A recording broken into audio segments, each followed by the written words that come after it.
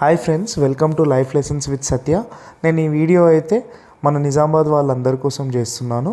మొన్న 31 డిసెంబర్ రోజు నేను హైదరాబాద్ నుంచి నిజామాబాద్ వెళ్దామని చెప్పేసి ఎర్లీ మార్నింగ్ 6 o'clockకి సుచిత్రా సర్కిల్ వెళ్ళి నిలబడ్డాను. అయితే జేబీఎస్ నుంచి నిజామాబాద్ వైపు వెళ్ళే సూపర్ లగ్జరీ బస్ కోసం నేను వెయిట్ చేస్తున్నా. మన సూపర్ లగ్జరీ బస్ టికెట్ వచ్చేసి 390 రూపీస్. కానీ అదే టైంలో మార్నింగ్ 6:15కి జేబీఎస్లో మార్నింగ్ 6కి స్టార్ట్ అయ్యి సుచిత్రాకి 6:15 కల్లా ఒక మహారాష్ట్ర బస్సు వచ్చింది. ఇది హైదరాబాద్ టు పర్బని అన్నట్టు.